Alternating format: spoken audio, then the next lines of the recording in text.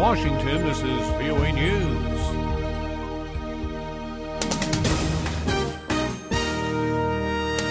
I'm Ray Kouguell reporting. Iraqi offensive to retake Tikrit underway. An Iraqi coalition of government troops and militias started a highly publicized offensive to push Islamic State militants out of the city of Tikrit. The country's prime minister and commander-in-chief Haider Al-Abadi announced the operation Sunday. Mr. Abadi called on Sunni tribal fighters to abandon the Islamic State group. The city has been under Islamic State control since mid-2014. A Syria watchdog group says 21 Assyrian Christians abducted by the Islamic State have been released. They were elderly men and women. The announcement came from the Britain-based Syrian Observatory for Human Rights. Local militias say at least 150 people were taken when IS militants attacked villages along the Khabour River in northeast Syria last week, overrunning several predominantly Christian towns. Tens of thousands of people marched in central Moscow Sunday to mourn the murdered opposition leader Boris Nemtsov. Organizers say 70,000 people joined the tribute to Nemtsov, but Moscow police described the crowd as much smaller, at about 21,000. Nemtsov was shot and killed on a bridge near the Kremlin while he was walking home from a restaurant last Friday night. Police are hunting for those responsible for the shooting. 3 teenage British girls suspected of traveling to Syria to join the Islamic State terrorist group have appeared on surveillance video in Turkey. The images show the teens boarding a bus in Istanbul. It is the first reported sighting of the girls since they left London almost 2 weeks ago. Authorities have said they have no reason to believe the girls are still in Turkey and believe they are now in Syria. This is VOA News. Israeli Prime Minister Benjamin Netanyahu will deliver a controversial speech Tuesday before a joint meeting of the U.S. Congress. It comes amid heightened tensions between Israel and the Obama administration.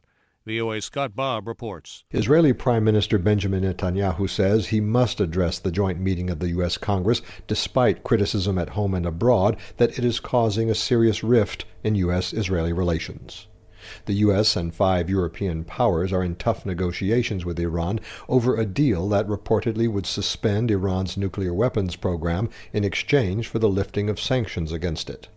Mr. Netanyahu said Sunday that his trip is a crucial, even historical mission, and he is going as the messenger of all Israelis, even those who do not agree with him.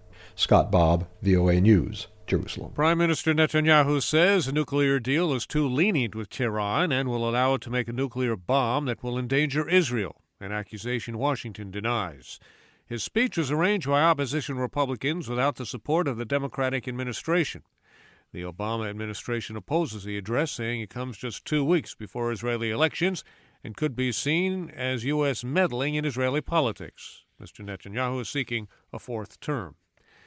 The government of Mali signed a preliminary peace deal with some of the country's northern separatist groups, but the main Tuareg rebel alliance is asking for more time for consultations before agreeing to the accord. The UN-brokered deal is aimed at ending decades of instability in northern Mali. Rwanda's Attorney General says the government in Kigali is working with international partners and organizations to pursue perpetrators of the country's 1994 genocide. About 800,000 mainly minority Tutsi were killed during the country's 100-day massacre. For the first time, India's ruling Bharatiya Janata Party is coming to power in a coalition government in Indian Kashmir. Anjana Pasricha has details. I will uphold the sovereignty and integrity of India.